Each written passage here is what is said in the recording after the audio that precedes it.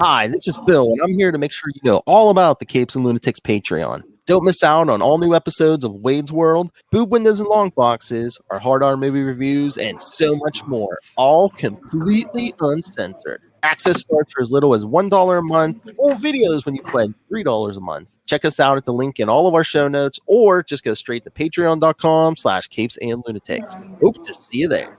This is Luca Parrott, and you're listening to the Capes and Lunatics Sidekicks Podcast. In brightest day, in blackest nights, No evil shall escape my sight. but those who worship evil's might. beware my power. Green Lantern's light. Hello and welcome back to another episode of Sector 2814, the Green Lantern Podcast.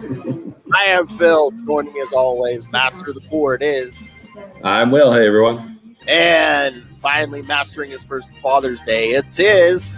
Oh, I did not master it. This is Matt. I survived it. That's all we can do, man. That's all we can Oh do. my God, you missed it. We started the puns before we even got on air. He was like, yeah, my first Father's Day. She didn't even talk to me once. Didn't say a word. Didn't say a word.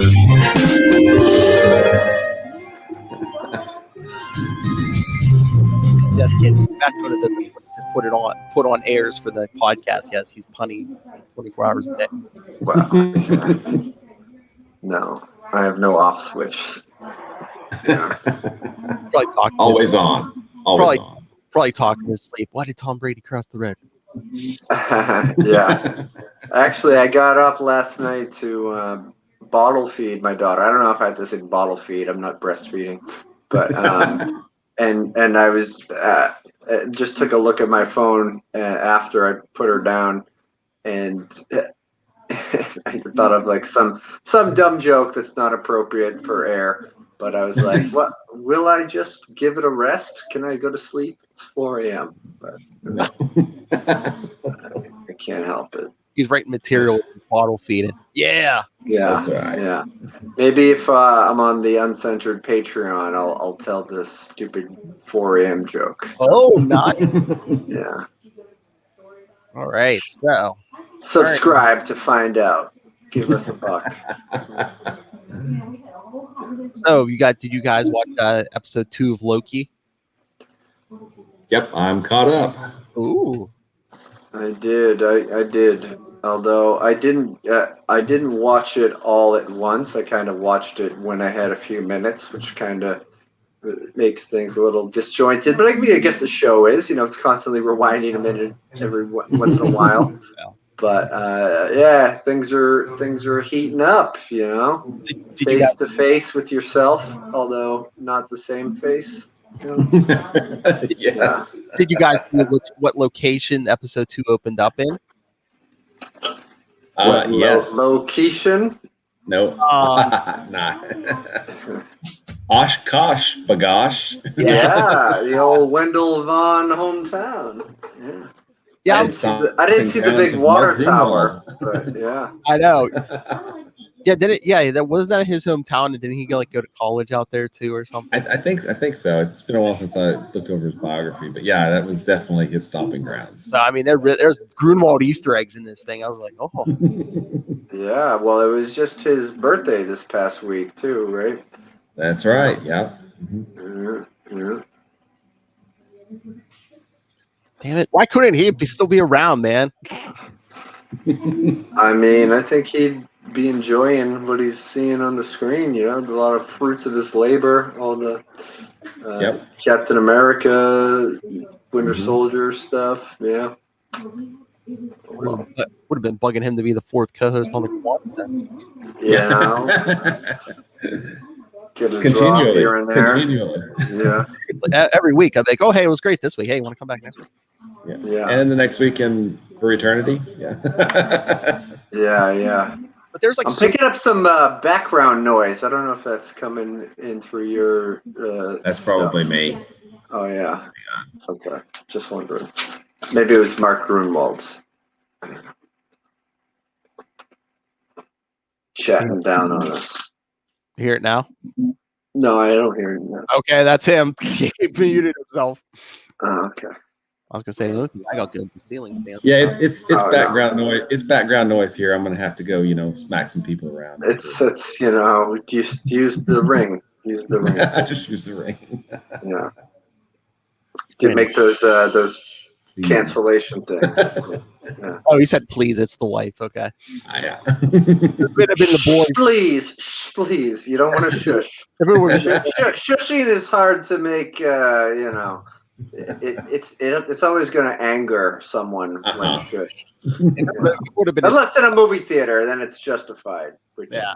If it Well, it worked out. Loki got shushed. Come on now. Oh yeah, that's true. We're on topic. We're still on topic. Yeah. I'm gonna say if it was his two boys, it would have been like, "Shut up, you two!" But it's the wife who's like, "Please." Yeah. But we're getting closer and closer to Black Widow. Is anyone going to go see it at the theater? I don't know that we're really feeling the need to go out yet. Especially, we Arkansas saw cases jump in the last this week as things have started, fully opening back up. So we may wait, but that may just be us. Yeah, I was trying to decide, and and Luca's already like, I want to go back to theater. I want popcorn. I want nachos. I was like, yeah. He's old enough to know that it's coming out in theaters. So you could be like, I'm sorry, it's only on Disney Plus. So that's the thing. But even if we go to a matinee or something, with popcorn and you're paying more to go to a theater. I don't know. It's pretty cheap around here. I don't know. The snacks might push it close to the edge, because you got to pay the extra $30 on Disney Plus. Yeah, it's true. But I guess a kid's matinee price. A matinee for an adult is still like $10. We already have popcorn here. I can be like, hey, man, can I buy you nachos at the store? We'll do it here. Over here, probably over. Yeah. To answer your question, I don't know. I have seen one movie in the theater since the pandemic.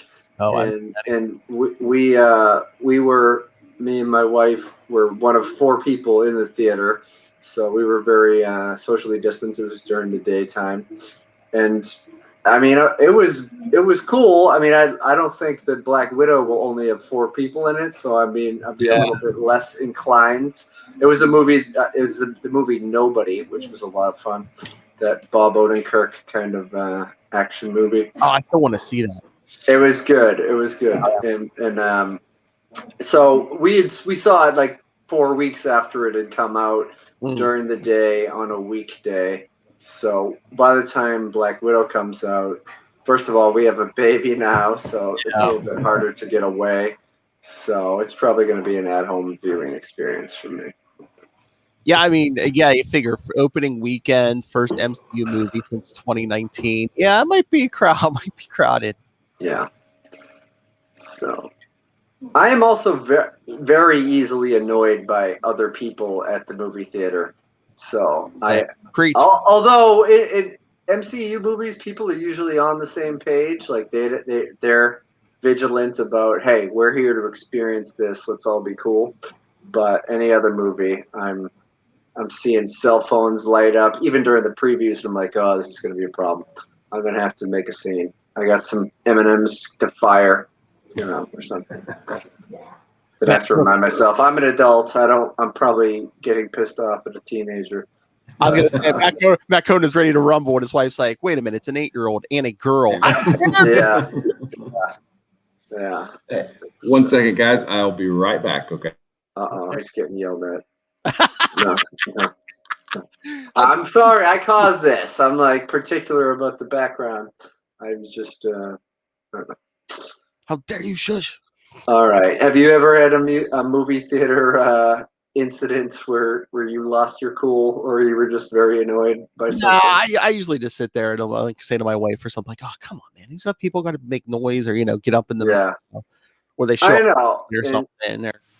Yeah, and it's you would have to leave the theater to go get an usher or something, and they probably wouldn't do anything. They're probably friends with whoever's getting rowdy. But yeah, nothing says cool like usher.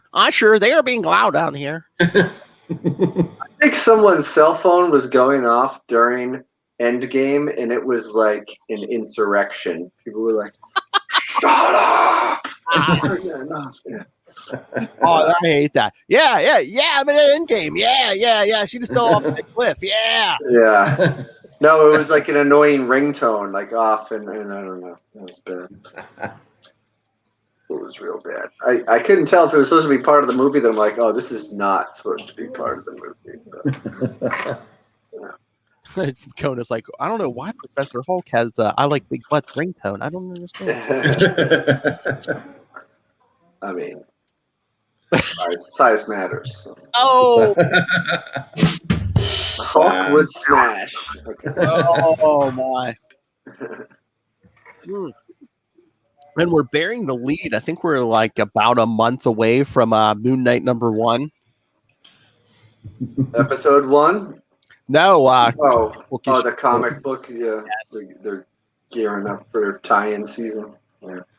I guess. Yep. A certain podcaster that we know seems, kind of a little excited about it, I think.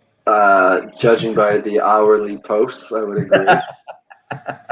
Whoa, that's pretty damn big. I forget how many all variant covers they have coming for this thing. So they're really pushing it, because I forget when we before we started recording on Sunday, Kona asked him, like, how many variants are they up to? And forget it. Did he say like 20 or 30 some already? Really? Oh, wow. I noticed that Ray shared one, I think, from Kyle Hotz, which look, all of the covers look really cool that I've seen. So yeah, it's cool that they're making a big push. Yeah, well, I think he's saying it would be hard to get them all, because I don't know if some of them are just like certain like store or like store exclusives or something. Yeah. Yeah, it's going to be, I think, 25 variants just by my wow quick search. And I swear they put up more every day. Yeah. Who does this Moon Knight think he is? I love Batman. I don't know how you got that drop, but it's awesome. Oh my god. It was like in the first 3 minutes of an episode too. It's just, I love Batman. See, Ray, out of context, sarcasm doesn't always translate. I love Batman. It's a lot of meat. You could I'm looking at a website, statehavencomics.com, and you can buy 3 different packs of variants. Pack 1 is $139.99. That's 10 covers. Pack 2 is 11 covers for $249.99. And pack 3 is $479.99 for 12 covers. I was going to say the 10 comics for $139. What, they discounted them? Wow. Yeah.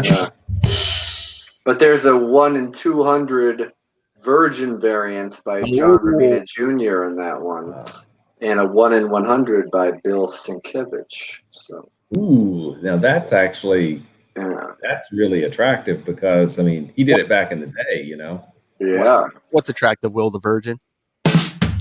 Yeah. And Sienkiewicz may have posted it on his Facebook page or his Twitter feed. I can't remember, but I think I've seen that one. It looks, he's just awesome. Yeah. Absolutely. I think there's gonna be vampires or something. I think he might be fighting vampires, at least in the beginning. So, hey, Marvel, I know an independent book that would love to do a crossover with you. With that many variant covers, don't you think? Like, I think it would be cool if you could buy a book that's just all the variant covers. It's just like pinups of all the variant covers. Yeah, I'm not being sarcastic. I think that'd be kind of cool. I'm surprised they haven't done that before. I think they did it for Chris Sprouse was doing a bunch of Star Wars variant covers, like for the anniversary of Empire, and they did a book of just his, like, was it 50 or 30 variant covers? I think that he did over the course of several months. Yeah, that's cool. Then Marvel, you don't owe me any royalties. It's been done. No, they should totally pay you. That's right. Idea man. Come on. Put me on the payroll. All right. Should we get to these issues? Have we given these people enough Marvel content? That's true, yeah. That's Marvel right. content, and old man yelling at a cloud movie theater point of view. Yeah. Fold your phone up and put it back in your pocket. Fold your phone up. Yeah. Put that flip phone away. Put your mobile device away. Didn't you see the preview screen?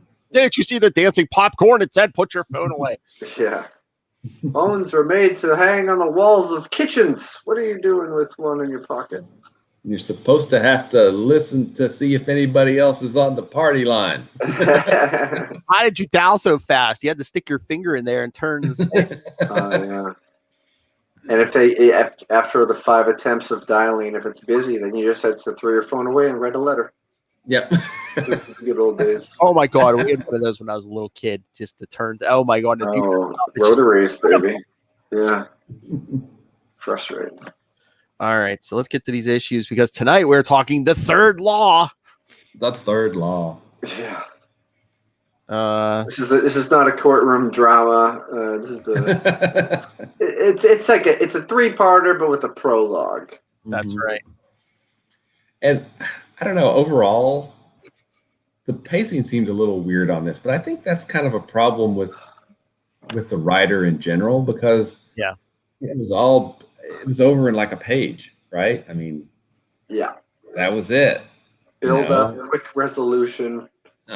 So we got the contrast with those Flash issues a few episodes back, Will. So you're thinking it's Gerard Jones's pacing? I think it's his pacing. It's something's.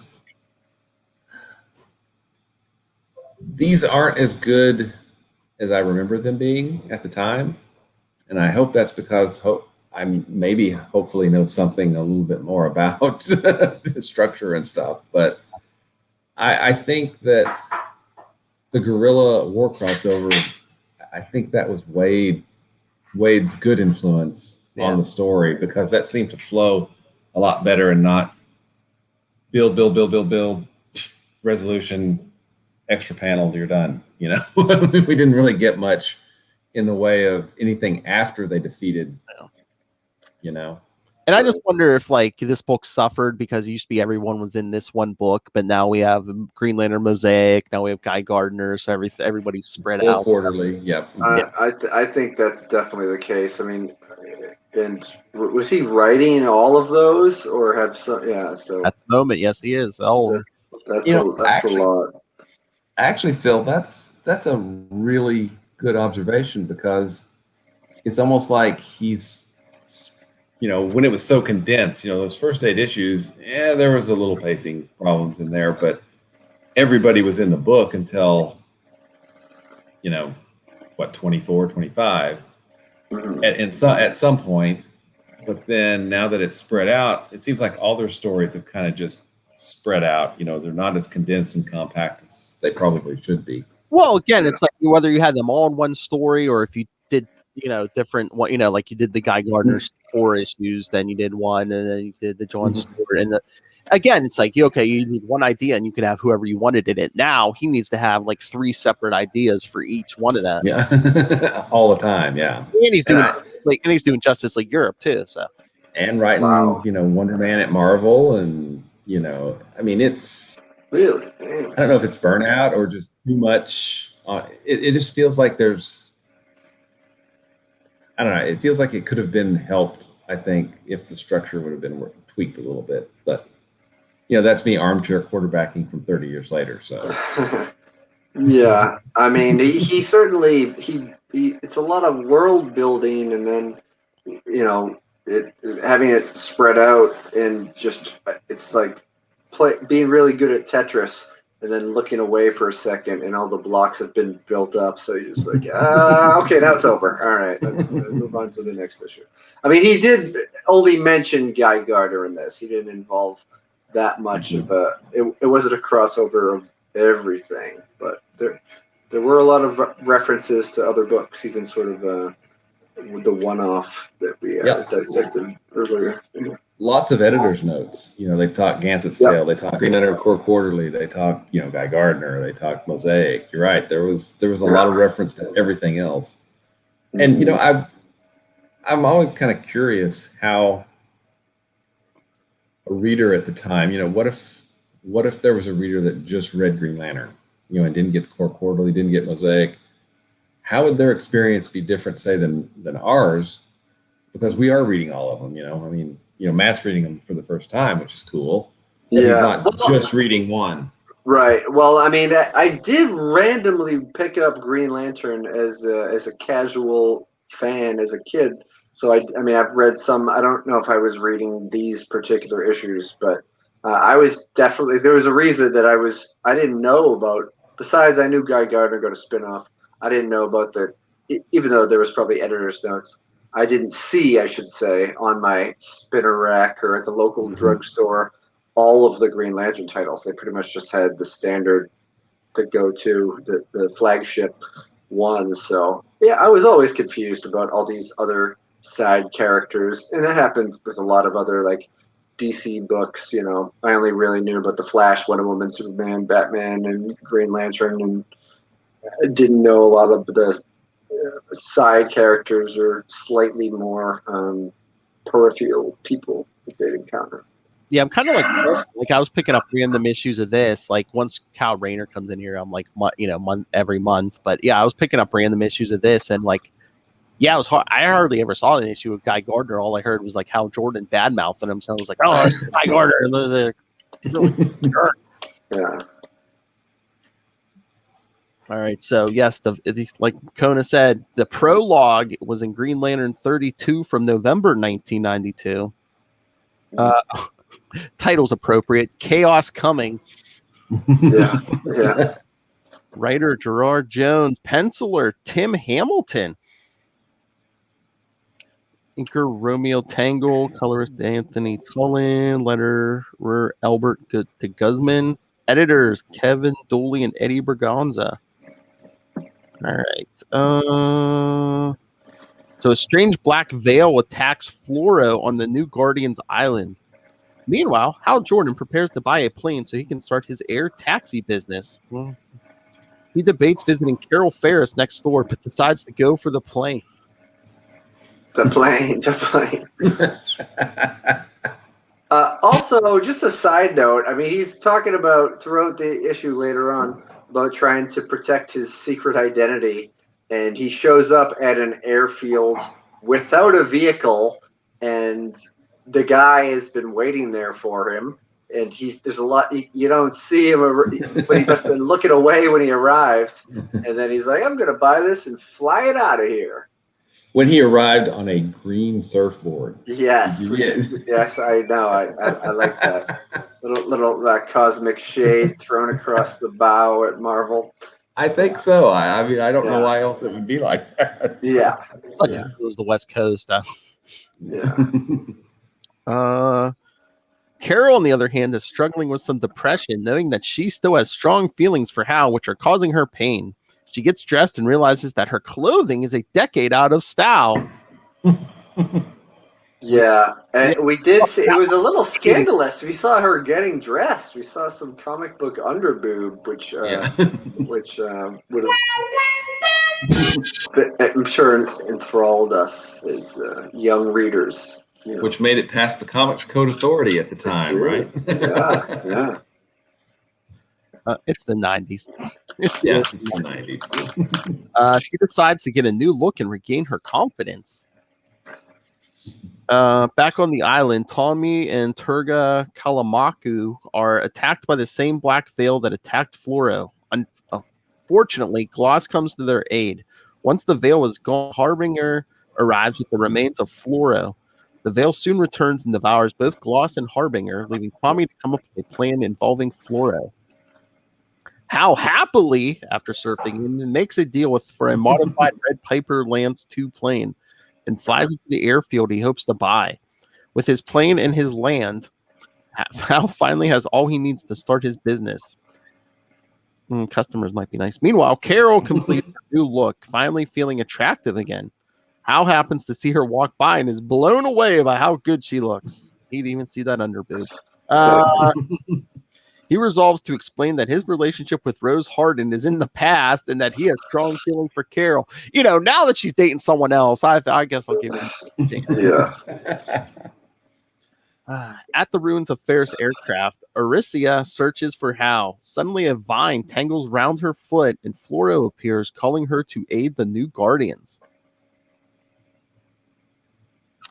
Now, this was Aricia just kind of appearing. He talked about her, and then boom, suddenly she appears at the end of the issue. Well, yeah, remember the book I showed? She was like wandering around with like yeah, amnesia or partial amnesia. Mm-hmm.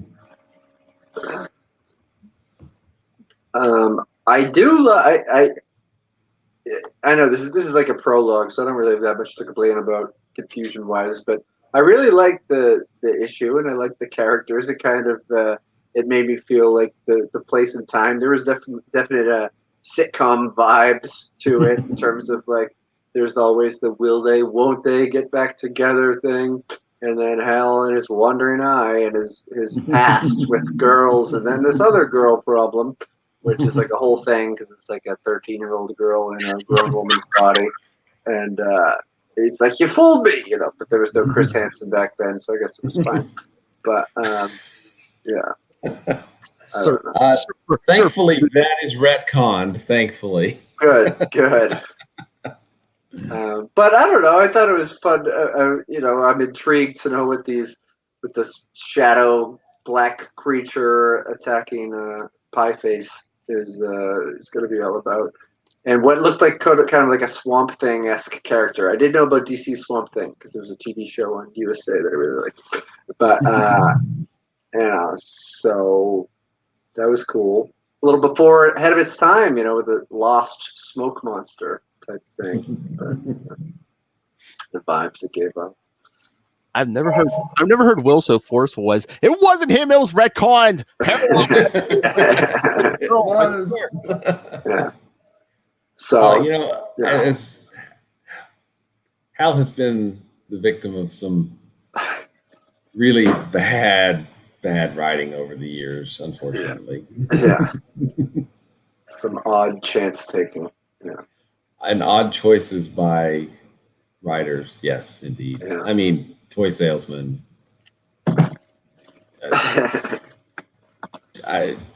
And then the whole Aricia thing, and there's been some really very strange decisions made. Yeah. But as far as an issue, it gets us where we need to go, and it's beginning the first of the 3-parters. So I'm intrigued enough as a reader, putting myself in as the seat of a first-time page flipper. I'm flipping. I'm on to the next one. Nice. All right, we ready for the next one? You bet. All right, so part 1, Green Lantern 33, also November 1992.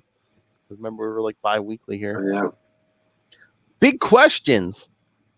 Basically the same team except Mark Bright's back on pencil. So, a policeman finds Aricia wandering the ruins of Ferris aircraft, calling out for Hal Jordan by name. Where was that Will after issue 50? In Montoya Bay, Hal is surprised to find Carol Ferris moving out of her hotel room there. She has grown sick of waiting for Hal to get his air taxi business on its feet. And when Hal explains that he has finally bought a plane in a airstrip, her plan is solidified.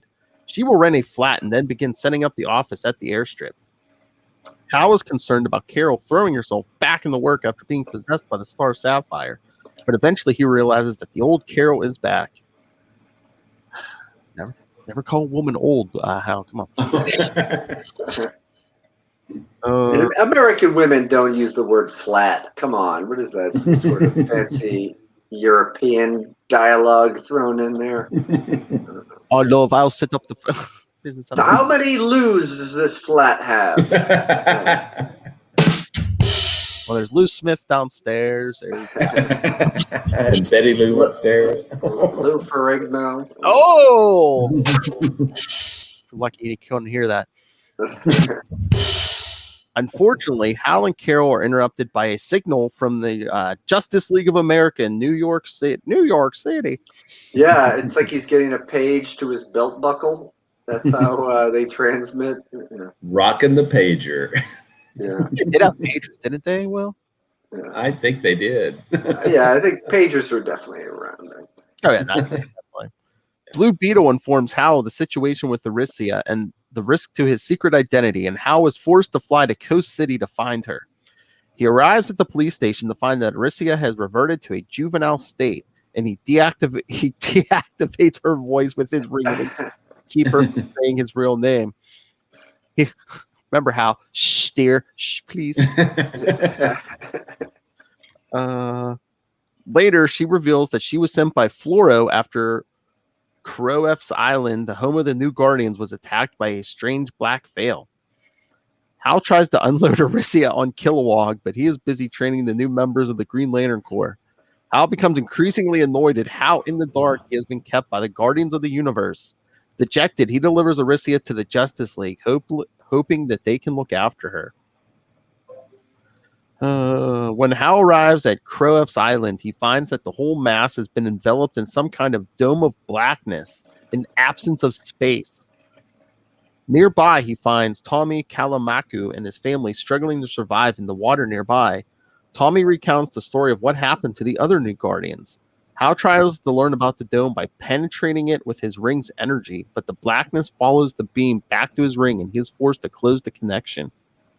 Hal hears a strange voice claiming that the Guardians should not have returned from Zamaron, and that in doing so, they had broken the third law. Which I don't know. That seems important. Hey, it's in quotes, man. It's important. Rival of whatever this entropy is. As he hears the voice, Hal and the Kalamakus sink into the ocean until he manages to activate his ring and save them. Angered, he contacts the Guardians for an explanation, but they are evasive. He resolves to go to Owen to demand answers for himself.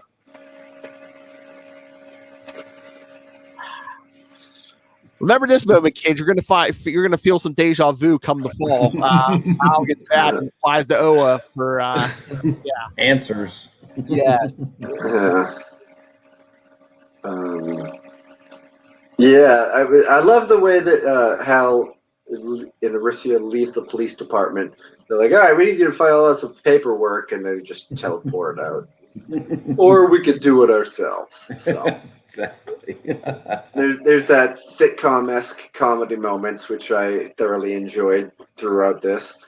But yeah, you sort of start to see it's weird. I mean, it's kind of cool in a realistic way to have a superhero that has a plan and it is used to having support from a whole fleet of lanterns and the Justice League to help him out. And then he's kind of having trouble. You know, Kilowog's like, well, I can't just come to your aid anytime you need it. I'm busy recruiting some people and people, what? You're training people? You know, there's all this. So you see Hal's stress level just keeps growing exponentially throughout this and continues to build through the rest of this story arc. And just to tie it all in, what's Kilowog up to? Check out Mosaic number 6 that we covered last week. Yeah. Creon and Boudica. About working out their differences. Kilt. The whole John fighting in Scottish dress wear. The whole John Stewart. Let him pass or die. Whatever. Yeah, see, we're a third. Not counting the prologue, we're a third into this, and there's really not been much in the way of what's going on. I mean, Hal sort of fought, but sort of didn't, and then now he's angry and going to go see the Guardians. Okay. Yeah. We don't know what the big villain is. Or is it mysterious blackness? That's it. It's the TVA. Yeah. I mean, I guess he thinks it's Green Lantern business, but I mean, if there's like a big threat coming, I mean, you just saw Superman. I mean, wouldn't you ask for? Yeah. Superman one line. Ice had more lines than That's true. They're just chilling at their headquarters. Like, well, if you need any help, let us know. Like, yeah, why wouldn't you just take a look? You know? Yeah. Superman literally says, if you need help on the island, give us a call. Okay. Yeah. Okay. Yeah. We just want to check the pager system. We know it works outbound. But, And it's like maybe you might call in help after whatever this black dome is, like shut your ring off or whatever. Yeah. Make sure you put 911 after you page us, so we know it's important. It's just so funny after they like fall in the ocean and just Hal bobbing in there going, "Okay, Clark, you could come in now." Yeah. I don't see any kryptonite around, so it's fine. Yeah. It's all fine. We're all fine here. How are you? Sorry. Yeah. I mean, I'm just drowning with some children, and my ring's not working. But I mean, just him yelling to the sky at the Guardians. I mean, that's still more polite than what we're going to get in 48. Yes. You're not going to like me when I do much more polite. Yeah. I've been doing it right for a long while now. All right. So, any other thoughts on this one? No, I mean it moved along. I feel like again, it basically want more. Yeah, he bails an ex. Answers, damn it! Why aren't you telling me things? I feel like Hal to the Guardians. And I mean, think about it. What happened this issue? I mean, he bails an ex-girlfriend out of jail, and then he has to help an old friend. Or I don't know if you call it a domestic situation, but he's got to have a place to crash because he got kicked out of his house, right? Yeah. By a eons old cosmic entity, but still, it happens, right? Oh my lord! But yeah, the next one, I think that's my favorite cover. Just him screaming at a Guardian. Yeah. That's like Matt Cohn at the movie theater screaming at an 8-year-old. I don't care if it's movie, call out. I don't care if it's the previews. I want to see it. Get off my lawn. Yeah. Your phone's supposed to be off. What are you gonna do? What are you posting this on your Instagram story? Who gives? Oh. No, you'd have to say you post it to your Facebook story because only us old people use Facebook, right? Yeah. I just see like a fist fight at the movie theater, and I'm like, this isn't a Shelly the dog video. What the hell was this? Yeah. Oh man. Hey, I broke things up today. I saw baby turkeys for the first time. Oh. Do they call them turkey chicks? I don't know, but they were very small. That's it. Check my Instagram at Matt Kona. Get the plugs in now. That's right. Sure. All right. So we ready for the next one? Oh yeah. You bet. Part 2, Green Lantern 34, December 1992, Entropy. Same team as last issue. On Oa, got a nice big splash page of his angry face. Hal Jordan demands answers from the Guardians of the Universe regarding the strange black veil known as the Entropy. The Guardians, however, are not forthcoming, surprisingly. They claim to have such knowledge as to be unquestionable by a mere human. They suggest that all that Hal takes issue with is part of a grand plan set forth eons ago. Their statements cause Hal to doubt himself. As Hal wanders the Citadel listlessly, when he runs into the other members of the Green Lantern Corps, Hal expresses his belief that the Guardians have been giving them all riddles and lies. However, they are warned by a manita of a darkness coming from the sky. By the time he manages to say so, they find a gigantic entity of darkness calling for the deaths of the Guardians. The Guardians appeared, demanding loyalty of the Corps to fight without questioning. Hal states that he has fought for the Guardians for the last time, and the Corps are sent into confusion. Boudica and Creon attack without question, and the other Lanterns decide to at least eliminate the threat before questioning their masters. Hal continues to demand answers of the Guardians, and eventually Ganthet relents, explaining that any who come into contact with the dark power of entropy will lose precious years from their lives, and as such, the Guardians must not give up those years, and the Corps must do so in their stead. Yeah. Not only were the Guardians not giving him answers, they were being very, I don't know, if this was a courtroom drama, like the title leads us to believe, there would be hostile witnesses. They were just very nasty back, and Oh, you think? you can't handle the truth. Yeah, getting bigger and bigger, right? Until that big splash page there. I mean, they already have big enough heads as it is, but just no. But okay. I mean, we get some explanation. Wait, does Ganthet give out most of the explanations in this issue, or is it next issue? I think it's the next issue. Next one. Yeah, because it's like the last page. It's pretty much he's like, okay, we'll tell you. Okay, yeah, because at the end of this one, it basically always just says, yeah, the Guardians we can't give up the any years and stuff, and. But yeah, the whole time, anytime like in this when Hal's like questioning, when he's unsure and he's questioning him, I just again, hindsight and retcon. I hear the Parallax whispering in his ear, "Yeah, kid, yeah, they lied to you, yeah." You should be afraid. Yeah, take them down, take their power. But I mean, the Guardians do make some, we're literally billions of years old. We're somewhat wise because we've lived so long. So maybe you should trust kind of our judgment, maybe just a little. Yeah. Okay. They do have some points. Yeah, they're like, you're going to judge us after your couple decades of human experience. Yeah, we're like years old. Yeah. But again, it's like, they can't tell why can't they tell the Green Lanterns this? And that's a weird coming up. The weird aside about Judas. I do want to talk about that when we get there. Oh right, yeah. Some Bible thumping. This the Christ from your world. And I want to shout out.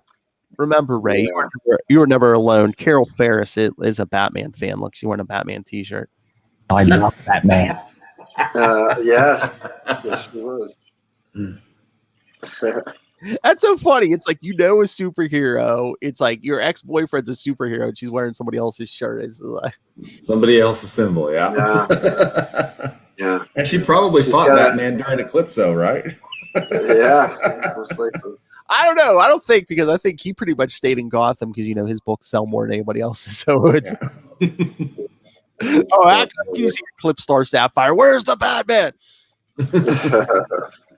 Yeah. But yeah, so we get those some of the Green Lanterns trying to fight Entropy. And John Stewart he could just come and go as he pleases from Mosaic.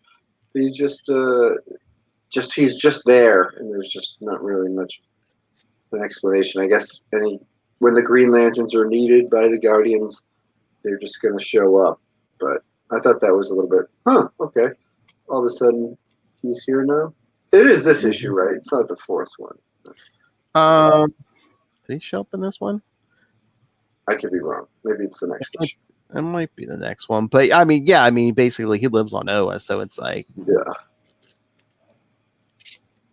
he's just got a real short commute. Yeah. After Hal was like, I'm going to take Earth back. Yeah, Guy Gardner needs to go. Did he ask John Stewart if he wanted it? No. John got the mosaic. Well, he got the woman. So, all right. So, should we do the last one? And we'll do our thoughts. Let's do it. Yes. All right. Part 3, issue 4. Issue 35, January 1993. 1993, Will. 1993. Yes, the law conclusion, Act of Faith by the same team. As the Green Lantern Corps struggles to fight Entropy, Hal Jordan is forced to stop his own comrades from attacking, knowing that if their green energy beams hit the void of Entropy, years of their lives will be sucked away. Sucking the life force. When Hal is zapped by Entropy, he hears a voice begging him to help free somebody from their black imprisonment, which confuses him. Ganthet warns that Entropy hopes to divide the core, knowing that he cannot defeat them when they are united. Unfortunately, the secretiveness of the Guardians of the Universe breeds distrust in the core, and they are only further divided. Seeing his chance, Entropy extends an invitation to join him. This moves the Guardians to finally reveal their full purpose, understanding that their secretiveness has hurt their relationship with the core. Ganthet explains that the universe was created in a Big Bang and will eventually collapse into a singularity at its end. But that singularity will eventually bring about another Big Bang ad infinitum. Unfortunately, Krona's meddling with the beginning of time, remember Ganthet's tale, has made it so that there will be too little mass and gravity to produce a new singularity once the end of the universe comes. The Guardians have calculated that their work can preserve just enough of the cosmos' energy to sustain the infinite. Angrily, Entropy attacks the central power battery of Oa. Boy, what kind of jerk would do that? Reducing the Lantern's power.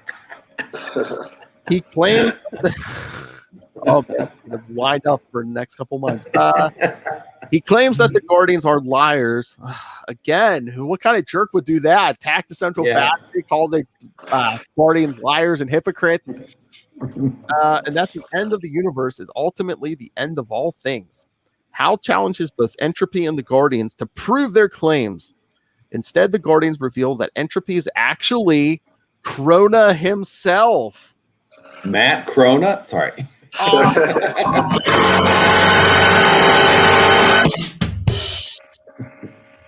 The beginning, the end of comedy. Yes, it all comes together. In Hal's last encounter with Krona, he was transformed into Entropy. With the Guardians of Krona arguing, the core turned to Hal for leadership, so long as he can promise that there will be no more secrets. Ganthet then pleads with Hal to help the Guardians build the Epoch of Dynamic Guidance. Hal decides that while he cannot trust the words of the Guardians as truth, he will trust them on faith, because you gotta have faith.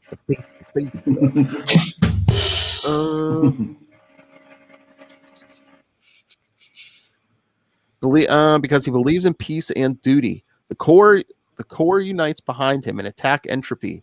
Entropy orders his minions to spread randomness and disorder among the core. Well, too late. Hal notices, realizing at last that it is order that Entropy fears. He decides that he should reach into the Entropy with his ring and see if he can communicate with the voice he heard earlier. When he does, he comes in contact with Betty Clawman, one of the new Guardians. Then the Chosen appear, promising to sacrifice themselves for order so that the new Guardians can live. They reveal that only unity and order can destroy Entropy. With this knowledge, Hal gathers the core in a unified force and they attack a single point on Entropy. Together, they blast him with their Green Lantern rings, which apparently destroys him. Finally, the new Guardians are returned to life. Seeing this success, the Guardians return to their more pleasant appearances, revealing that the new core have finished their training and that there must be more recruits. Hal, John Stewart, and the Guardians agree to try not to keep secrets from each other anymore. Ganthet recruits Percival to seek out more candidates for the Green Lantern Corps and to help the new Guardians recuperate. Later, Hal and John decide that all they can do is their best and have faith when it comes to following the Guardians. So we sent Percival to recruit more Green Lanterns. Did we ever see him again? I don't know. I don't think so. I don't remember seeing him.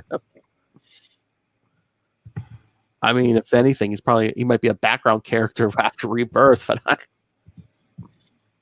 don't remember seeing him. All right, thoughts on whatever that was. Yeah, it was just. I felt like if this is like right next to the deadline, and he just threw a lot of stuff out there. The beginning of time, the Bible references, and the code. It was just a lot to take in, and it left me scratching my head a little bit. Yeah, I feel like he was trying to completely redefine and explain why the Guardians do what the Guardians do. Yeah. And that was building on what was going on with Gant's tail, because Niven and Byrne kind of set some of that stuff up.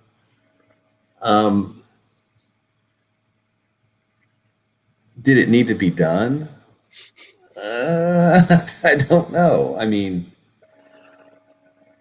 I don't know. It just felt rushed in these last few pages to finish it, and that's why I keep coming back to just the pacing seems off on this thing. I mean, it's not a bad story. It was pretty good. It's just there wasn't really a lot of battling. There was a lot of talk.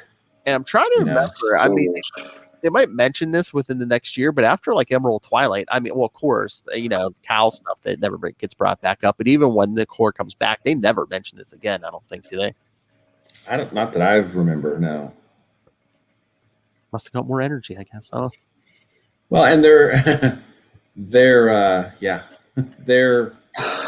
mission gets redefined again after Rebirth. Because it's all about the War of Light and the Blackest Night and the Brightest Day and all that stuff.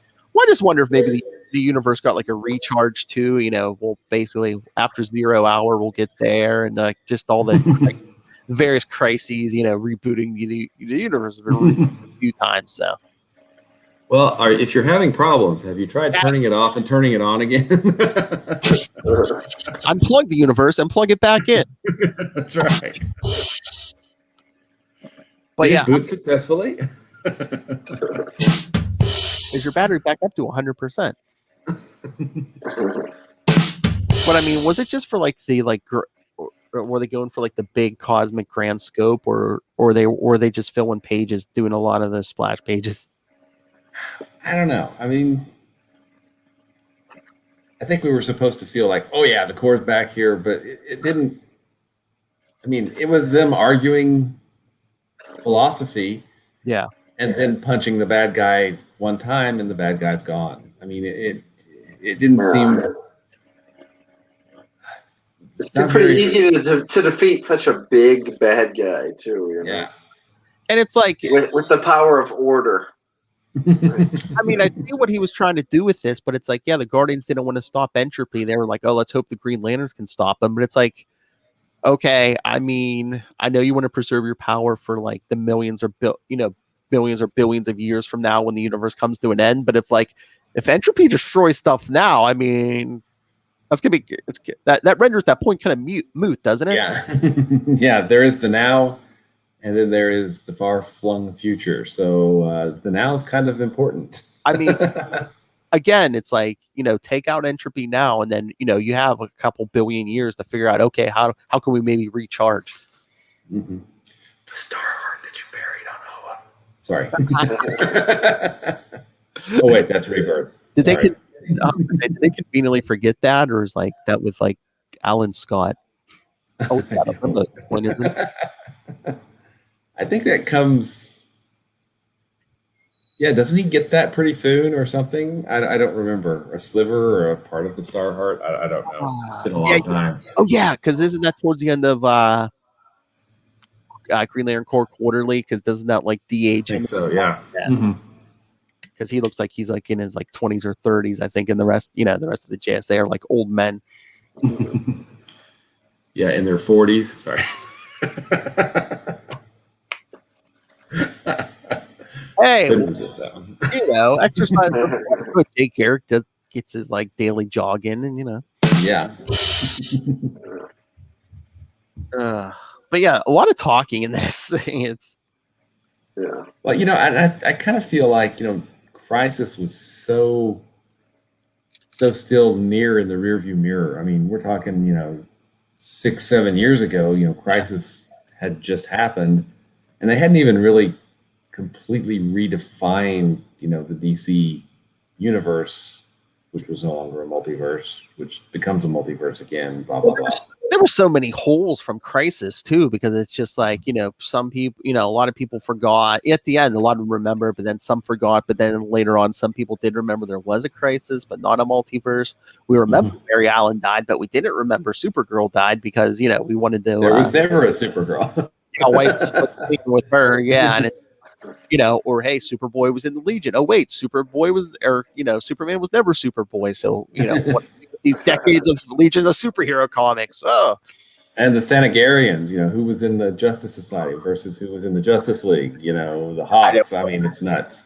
I know. Hawk World. What about that? Oh yeah, Hawk World. What's they retcon now? Wasn't like 80s? Weren't the 80s Hawks like Thanagarian spies or something? I think so. It's been a long time since I read that. They maybe during Invasion they switch sides or something. Yeah, it's been a long time. But there were so many versions of Hawkman. It's like, 0 Hour. They kind of merged everybody into one, like Hawk God or something, and then yeah. Well, and then Jeff Johns with was that JSA? He's just he reincarnates. He's been reincarnating since ancient Egypt. And that Jeff Johns series with was it Steven Sadowski on art? I can't remember who did the art, but the Hawkman series was actually really good for quite a while. I mean, it was really good. I remember picking that up specifically because of, he had him as Conan, Indiana Conan. Oh yeah. Oh well, they just did a I think what they get like 29 issues or something. There was the Hawkman series, the most current one. I think I don't know if it ran to 2019 or 2020. I don't think it made it 20, but yeah, like they kept playing with the reincarnation thing, but they were like, oh yeah, all your lives were on Earth, because I guess one of his lives he was on Krypton. Oh, okay. Yeah, he was like a scientist on Krypton. Well, and there were in the latest spoilers, in the latest Green Lantern, they talk about I can't remember the term they use, but the special worlds, that are crux worlds. I think they call them crux worlds. And the planet that John was unable to save was one of them. So they lost a crux world, right? Oh, yeah. Which is, I thought, it's kind of interesting because I feel like they're in this new series really building on a lot of things, that have happened throughout, kind of DC history, which is kind of cool. But as we'll get to in the when Kyle Rayner takes over, eventually we'll get to there was at least one survivor from that world John didn't save. Yeah. I wonder who that was. Let's see. She pops up there in a minute, doesn't she? No. No, I think what is that? No. It isn't until John comes back in the book, when Kyle Rayner's there. Yeah. Look at us talking Hawkman and everything else, because we're like, okay, Third Law happened. Yeah, the Third Law totally happened. And yeah, I mean, it was just a book that, even after reading it now, I'm putting myself in the position if I was a young reader at the time. I just go, okay. And then I just read whatever is next on my pile. I would stick with it or be thinking about it, walking around or riding my bike around the neighborhood. Just like, all right, that was a lot of dialogue. The splash pages were cool, but yeah, just kind of fizzled out. I don't know. I feel like Coney. I'd be walking to my friend's house, thinking, boy, so the Guardians have been lying for millions of years, and they're going to lie for like billions of years more. They were going to die for billions of years more. Okay. Okay. Yeah. Basically, we got the very cosmic version of, no, you can't use my phone. This battery has to last me all day. Nice.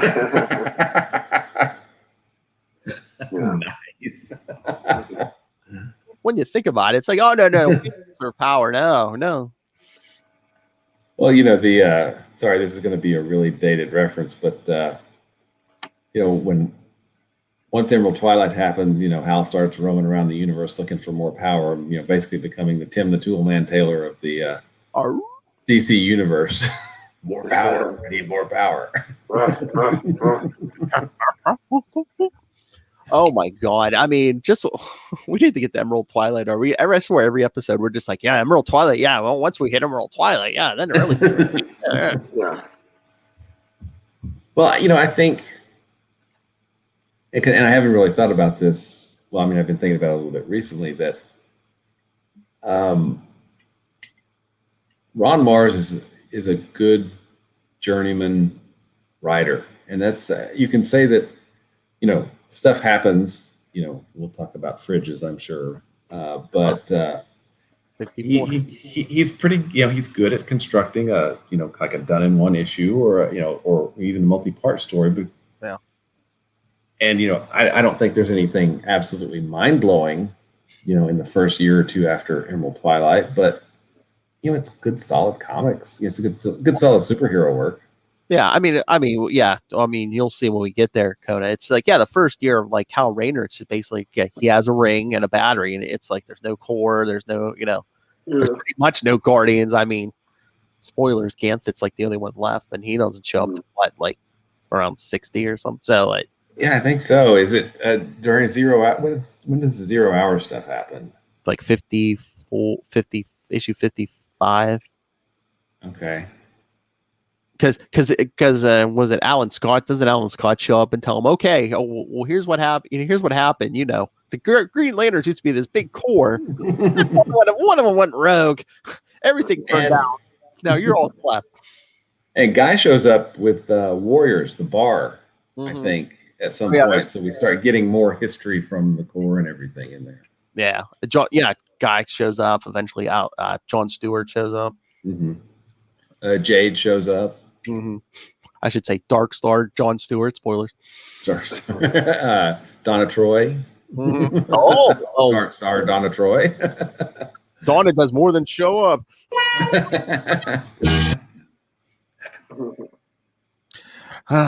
So, all right. Any final thoughts on this?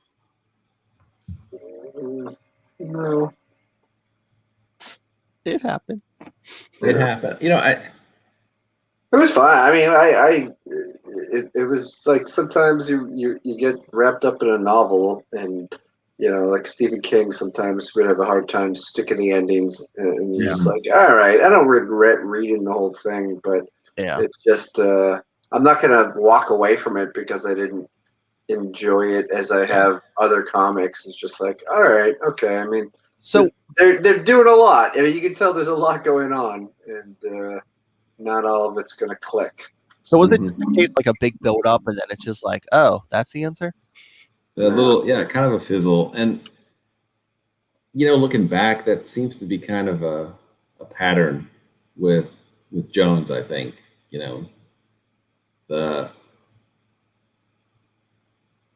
you look at the build up to, the road back, those first 8 issues, there's a lot that happens in those first 4 that have nothing really to do with what's going on Oa. It's kind of all looking for a job.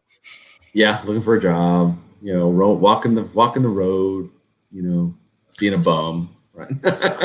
So was that the problem right here? Because I mean they've even admitted, they said the whole reason they did Emerald Twilight and the whole Kyle Rayner thing because the sales weren't there for the books. Is this the problem? It's like we promise big things, and it's just like when the payoff's just, oh, okay, that was it. Yeah, I think this is a symptom because, if you're going to do a crossover like this, you're labeling it as a big story, and there's obviously some pressure to deliver that big story, but it just, it's not. This was in the early days when DC was just starting to collect stuff, they Watchmen, of course, and Dark Knight and all that stuff. Batman Year One was an arc within the Batman comic that came out monthly. So this not living up to that potential, so that it never did get collected, right? I mean, if it would have, maybe the series would have went on, but I'm really starting to think that burnout. I think we're seeing the result of some burnout on his part. I mean, can you write 5 books a month and not burn it? I mean, that's. And again, it's basic. It's technically 3 green. Well, I mean, guys on a Green Lantern, but you're basically learning 3 Lantern books, and then one of them's in the Justice League Europe. So it's like you basically come up with like 4 different Lantern stories every month. Mm-hmm. And then, you're also writing, I guess it was Wonder Man. And was there anything else at Marvel at this point? I can't remember if there was another book at Marvel. I don't think there was, but there might have been. Yeah, I can't remember. But yeah, I mean, I feel like Props to him for taking up all that work. Yeah. I liked It's a lot of Wonder. work. I liked Wonder Man. I didn't have any problems with it, but Oh yeah, Yeah, Wonder yeah. Man was awesome. Oh, man, I keep forgetting that was him too. So that's the reason they don't. I mean, I have most of those issues, but that's why they don't collect that series anywhere. Probably. The him, Mhm. probably. oh yeah, And it's got some great art by Jeff Johnson. Oh yeah, absolutely. I mean, it's an awesome little book, but Yeah, yeah, I feel like this book could have used some more focused attention. Yeah. Maybe. yeah. Again, but this is, quarterbacking from the old armchair 30 years later. yeah. I mean, you planted the seed in my head. Next time we need some, on the podcast, we need some kind of special or something. I'm going to gather as many of us as we can and be like, let's do some Wonder Man. I love that series back then, man.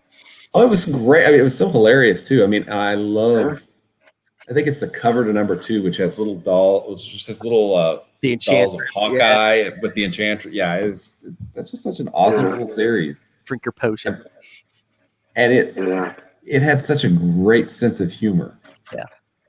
Oh yeah, the sidekick thing and having agent stuntman.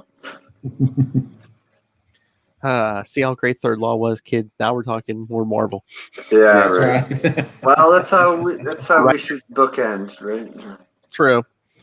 All right. So next time, kids. All right, Will. I've been telling you need to reread it. Green Lantern 36, the Christmas one, and then Green Lantern Mosaic 9 through 12. Mosaic number 9 is also a Christmas issue. So Nice. we'll record it next week, but it'll probably drop in July. So Christmas in July, kids. Woohoo. So yeah, Green Lantern number 36 and Green Lantern Mosaic 9 through 12. All right. So send your thoughts.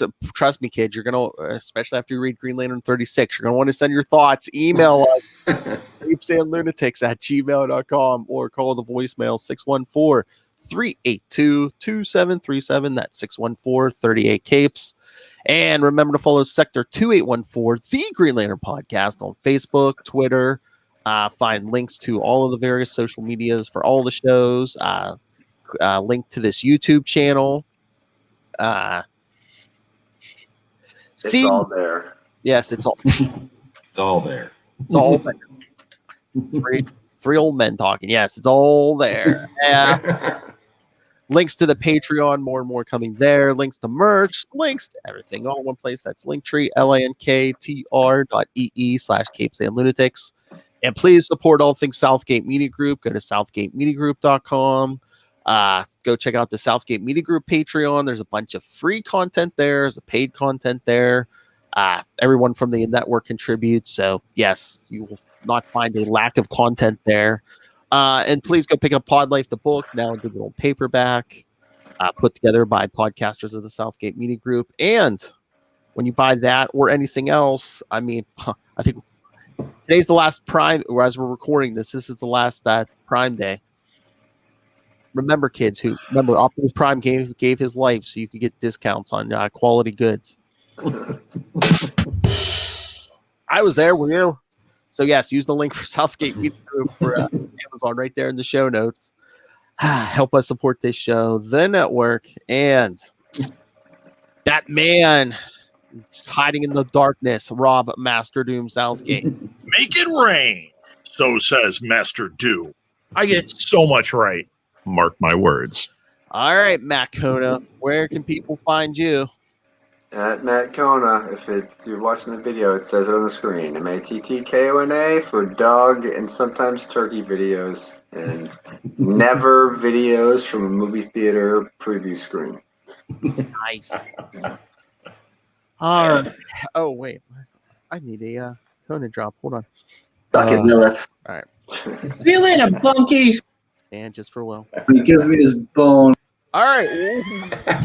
Bill Allred, Master of the Core. Where can people find you?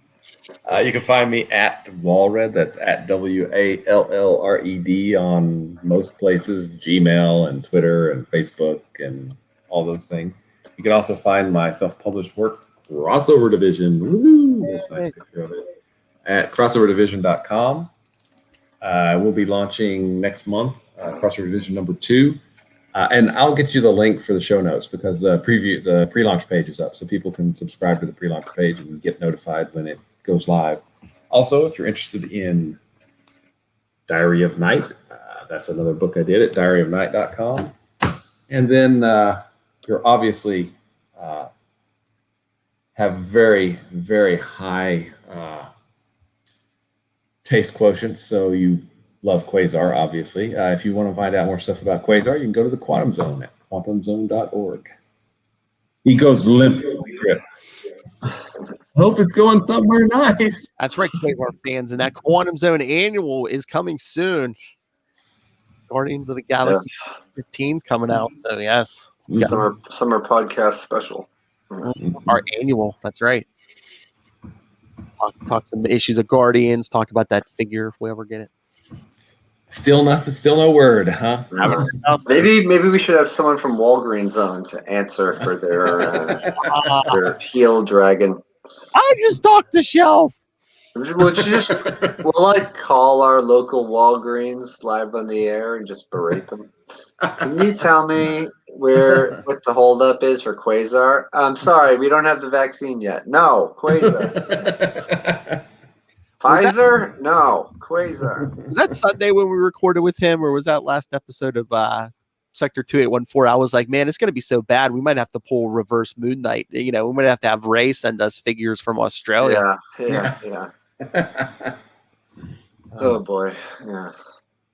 Come on, kids, get that Quasar figure out already. Yeah.